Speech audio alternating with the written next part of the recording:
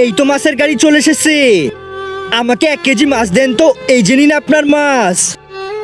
এইবার তাড়াতাড়ি করে এগুলো ধুয়ে ফেলি, এইবার মশলা লাগিয়ে নি, পরে রান্না করব। যাই একটু বান্ডির বাবার কাছে বসে ফোন দেখি। আরে এই বাজে গন্ধ কোথা থেকে আসছে? আরে কি তুমি তো দেখছি মাছ ধুয়েছো, আসছে গন্ধ আসছে তোমার হাত থেকে, যাও এখান থেকে। ও হ্যাঁ, আমি তো মাছ ধুয়েছিলাম, আমার হাত দিয়ে আর জামা কাপড় দিয়েও গন্ধ বেরোচ্ছে। বান্টির বাবা আমাকে এইভাবে বকলো, আচ্ছা এবার মাছগুলো ভেজে ফেলি।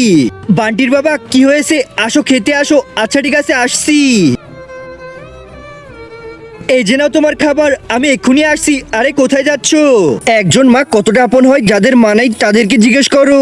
তাই আজকে যারা মাকে ভালোবাসো তারা একটি লাইক আর একটি সাবস্ক্রাইব করে দাও, আর যদি না ভালোবাসো তাহলে এই ভিডিওটা থেকে দূরে থাকো। এই যে নাও, আমি আজকে মাছ ভেজেছিলাম। আরে কি এই মাছ দিয়ে তো গন্ধ বেরোচ্ছে, তোমাকে খেতে হবে না। আরে গন্ধ বেরোচ্ছে না, আমি খাবো কেন? আমার হাত দিয়ে গন্ধ বেরোচ্ছিল, এইবার গন্ধ বেরোচ্ছে না।